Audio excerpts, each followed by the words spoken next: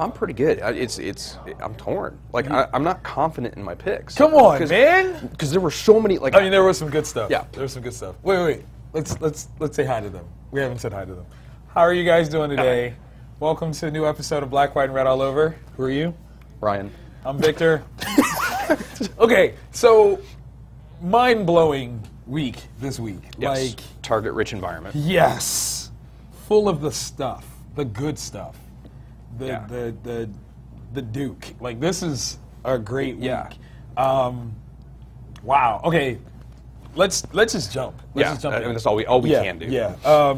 Did you do She-Hulk as well? No, I did Lady Mechanika. Okay. Tell me about that one, because that one was a request, yes? Yes. Okay. It's very steampunk. Okay. It's very cool. The art is insane. Right. It's very visual. It's a fun read. Nice.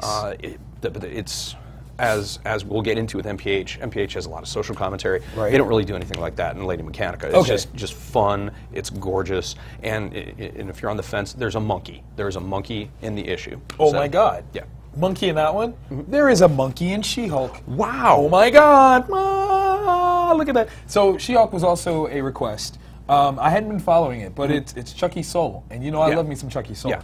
Or is it Soleil? I don't even know. I don't know. I want it to be Soul. I want the E to be silent. Yeah. So sorry, Charles, if it's not, it's Chucky Soul from now on. Yeah. Like that's your R&B name, Chucky Soul. Yeah, and the crooners. That's gonna be. Does it feel? Yes. No, okay. So art-wise, it was interesting. It was like it's Javier Pulido, maybe. Yeah. It's very reminiscent of a Mike Allred style. Okay. A little more cartoonish. If you're not ready, it might be, it might throw you off, but it's very solid in the storytelling. I really, really enjoyed it. Story-wise, I'm coming in at the end on this one, but this was fun. Chucky, you got people's voices down. Like, I am with your characterizations 100%. Like, absolutely. Yeah, it's weird. Like, as consistent as She-Hulk has been, right? Its sales numbers haven't. Oh. It's like one of those books that you're like, why doesn't it sell? People are sleeping on it. People are sleeping on it. Guys, if you're scared of a female protagonist, number one, slap yourself. Number two, get to the comic shop and buy these books, man. Like, there's some really good stuff happening that's not so. It's not all girl power. It's not, this very self-righteous feminist movement thing. It is just strong stories featuring wonderful female characters. Like, please, support. Yeah. Support! It's good. It's sad that we live in a world where we have to have a message like that. Like, come on, guys, it's okay. It's okay to like the ladies, y'all. Yeah. It's okay. You know what I'm saying? Like, get on that. Get on that. So what else do we have? I took on Batman and Robin. Yeah. Which that's not one you took. No, I'm still following the Black Vortex. Gotcha. I read the Legendary Star-Lord for the week.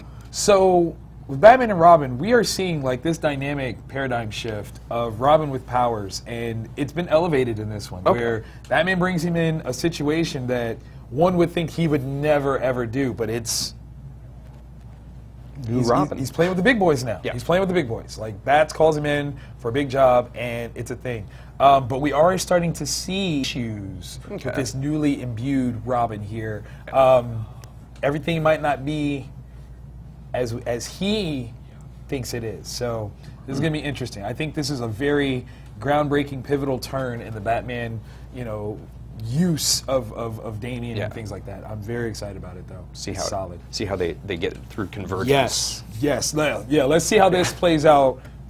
Then you'll have my heart. Yeah. So, what else? You took on? I did Legendary Star-Lord for the Black Vortex story arc, where I thought it would have hit its stride with a Bendis written book. Right. Yeah, it's nothing but action, which is what you want from those characters. Heck yes. Bad guys show up. There's infighting. The art is wonderful. That's what I want from a crossover book. Nice. So Very it's nice. finally kicking in. Finally jumping into it. Yep. Definite good read. That one was, yes. Definitely was. Okay. Is it worth suffering the initials in order to get to there? I think so. Yeah. Okay. Because the first two, the alpha was meh, right? But there was a hodgepodge of creators on it, so it wasn't just like one. Right. United It wasn't just vision. like ad. Yeah. It was too much. Yeah. Too many cooks. And then Bendis tied everything together. Okay. and then Star-Lord's were. So it's yeah, definitely read the first two. Gotcha. It's worth it. Okay, that's fair. That's fair. I'm going to break rank. Okay. I'm going to break rank. We have some honorable mentions that we need to talk about. Yeah. Because MPH has to go last. MPH does have to go last. So we both took on Multiversity Mastermen, which begins with one of the greatest images in comic book history. You're not going to show them, are you? I'm not going to show them. Don't you show them. Let's not show them. Yeah, You've got to come in and you got to buy this one. Yeah. One of the greatest images in comic book history, rented by the Jim Lee. How Grant Morrison got him to do this, I don't even know. But shout out to you, man. Yeah, it's fantastic. That was really good. Okay, maybe I'm just Grant fatigued, maybe. Okay. But the thing that wowed me the most, and this is going to be so stupid, I know, but so true. The thing that wowed me the most was the Germanic versions of these characters' names. Yeah. I love that. Oh, yeah. Like, it's so stupid, but I absolutely loved it. Yeah, Carl. Yes, Yeah, yes, like that. I was who's like, Carl? That's pretty genius. Yeah, I thought overall wasn't like on a normal week. Yes, it might be the top book. It was real good. There was only like one area where I was kind of weirded iffy, out, right? And that was where Carl, even though he was raised in that environment, right, was having doubts. Like I caught what it was. Where he was gone. Right. Yeah. Right. And so that the execution of things happening in his absence bothered him because the Supermanishness still plays through. So, but you would think he would have the power to do something. Like he can't stop what has happened, but he could correct it. And that's the only area where I was a little like, and it's nature versus nurture. Right. Like it doesn't. I don't know. It was overall was incredible. The female character that he ended up with. Yes. It took me seconds. I'm like, oh. Yeah. It was very fishy. Very much so. but it worked. Yeah, in a really very fun way. It definitely worked. Because it fit when they were talking about the Atlanteans. Yes. How all that tied together, and the creepy love interest he had before. I mean, they didn't say directly that it was a love interest, but you kind of got the feeling. Yeah. Well, I mean, okay, let's be honest. Like, okay, is it possible that his current mate isn't quite up to par for the? It would seem like it. He seems very distant. Right, and if it comes from you but isn't you, is it? I don't know. Let's just put a pin in that one. Yeah. But this one was a really good read. It was really good. An incredible one and done. Yeah. Is it one and done? Like, it seemed like on that ending, like there was going to be a continuation. It really felt like it, but as far as I know, it is. Oh God, don't do that. Yeah, because there's so much to go back to. Because you got the terrorists, which is weird. Oh my God, it's so crazy. Looking at our way of life as just very overall just brilliant. I've never been a fan of the human bomb like I am in this one. That dude has it. Yeah. No one one-ups Batman. Yeah. No one. Nobody.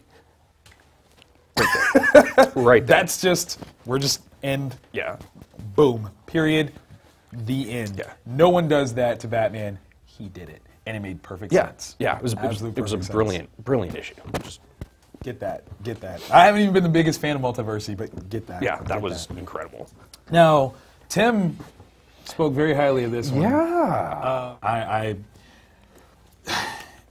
I have a very inappropriate means of describing how I felt about this one, which I will save you. The idea, though, is just to stop at this point almost hurt. Like, to not tell us. There needed to be something. There needed to be, like, a little bit more definitive something. Yeah. And it's like, yeah, because it is. It is a literal hard stop cliffhanger where like you're just like. Sincere. Like, it's not. Very interesting. Yes.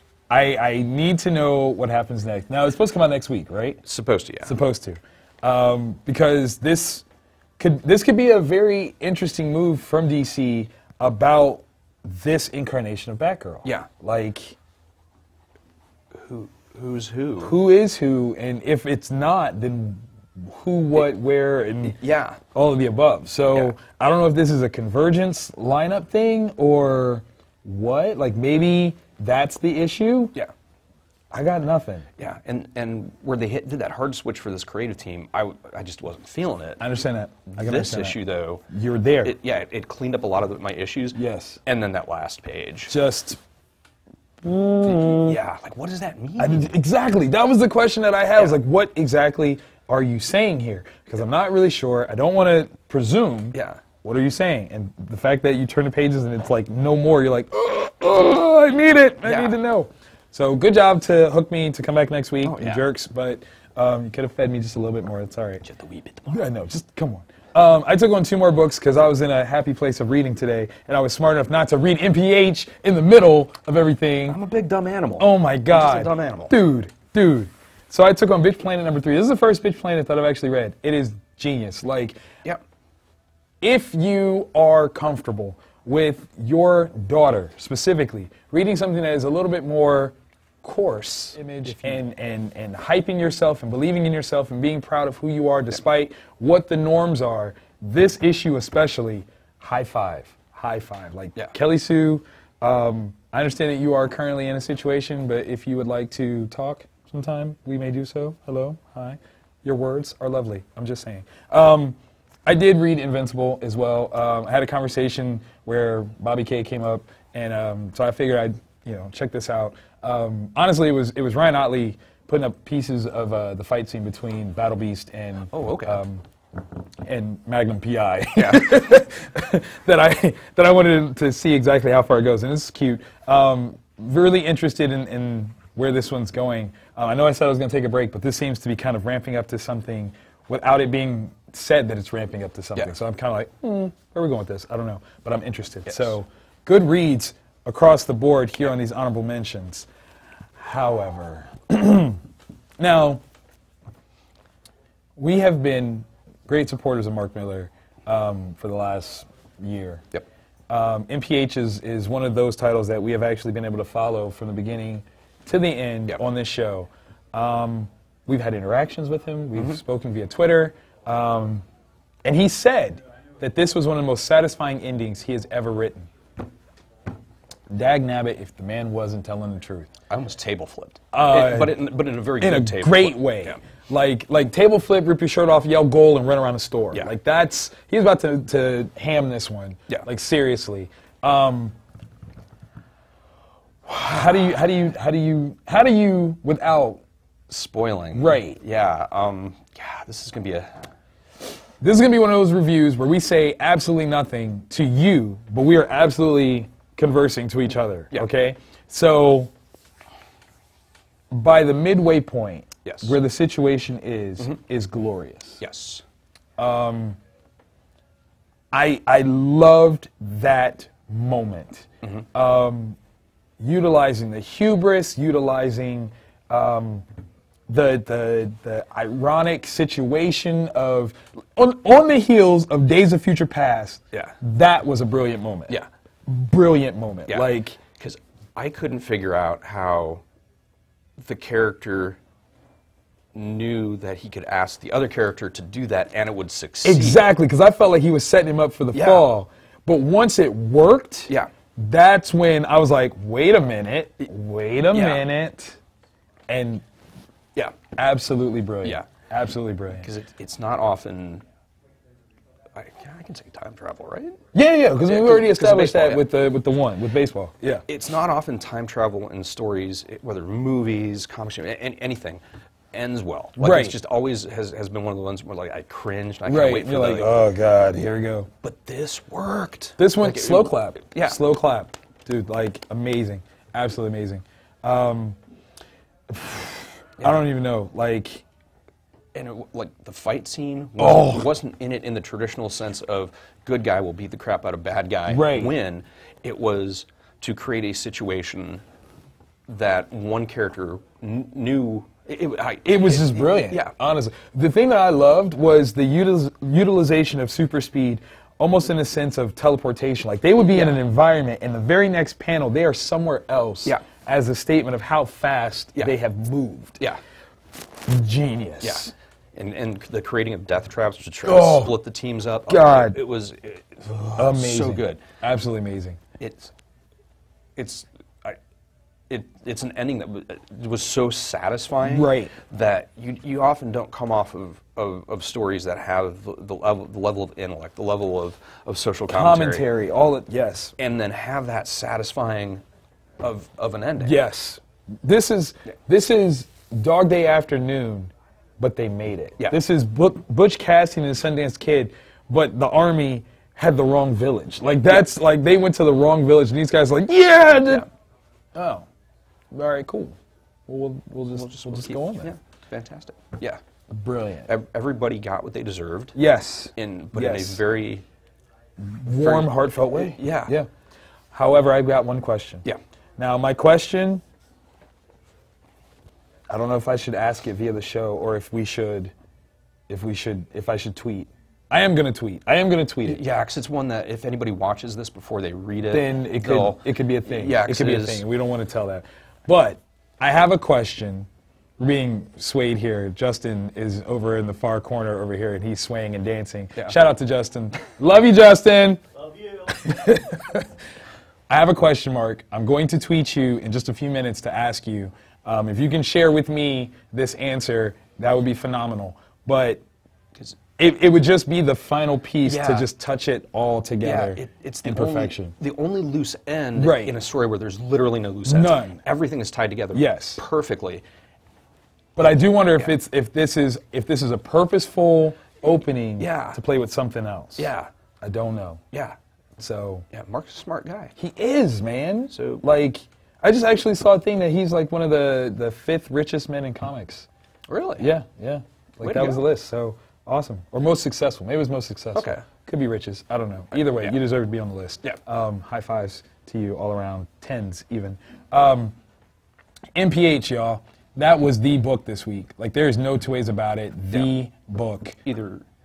Oh my. Either read it first or last. No, don't read it first. You'll hate every other book. Yeah. Like I mean, seriously. Like you said you tried to read something else. Yeah. What did you try to read after MPH? Silk. Couldn't do it. Couldn't finish. And not because it was a bad book. It was just one of those that you don't start with the main course. You don't do that. You need an appetizer or a few. You know, and not to say that these were bad appetizers, but that right there, that was a meaty course. Yeah. You can't go. I don't even know why you did that. I'm stupid. I'm a big dumb animal, come on, man. Like you said, it's like, oh, I read it first. I'm like, what are you doing? I mean, it was his 4th book. It was your 4th book. Yeah. I will give you that. But. It's okay. It's okay. So, do you guys have anything going on this weekend? Not this weekend. Our next big event is going to be April 12th. Okay. It's a Sunday at the shop. It's going to be between 10 a.m. and 12 noon. Right. And it's geared. Free Comic Book Day is an overwhelming experience. Yes. Like for anybody, but for people that are on the autism spectrum, Asperger's, and have sensory issues. Big negative. So what we're going to do is we're going to have a Free Comic Book Day type of experience for people with sensory issues. That is awesome. Yeah, so we'll have that going on. And that's we're getting stuff put together, and you're totally invited to be a part of it. Dude, I'm gonna tell you why I'm coming. That's my birthday, so I'm calling it. It's gonna be my birthday party here, and I'm gonna share it. That is so beautiful. No, I've got 2 kids that are on the spectrum. My Stacy's brother has issues also, so it's something that's pretty close to my heart, and it's sad to me that they would have to miss out on one of the integral parts of the comic experience because of that. You're a good dude. You're a good dude. You just warm me all up in. You touched my feels, man. You're always touching my feels, dude. This weekend I'll be at Wizard World, Cleveland. Oh wow. Yeah, it's a little close to home. Just up 71. Yeah. It's gonna be cold though. Nervous. Oh god, don't want to get trapped in Cleveland. Cleveland's been doing a lot for their parking and their convention sites. Yes, they have. So it's really revitalized up there. Yes. So definitely come see me. I think I'm table C34. So come check me out. We're gonna have some fun. We're gonna have some fun out there. All right. And I'm also gonna give a shout out to Juice Studios. I sponsored them to attend the show. They do these awesome skateboard decks, customized. It's pretty sweet. So definitely come by, check those guys out. And again, check me out. Check me out first because I'm great. I'm great. No. Check me out last because I'm so great. Like MPH. Like, that's how we're gonna do it. MPH me. MPH me. That's how we're gonna do it.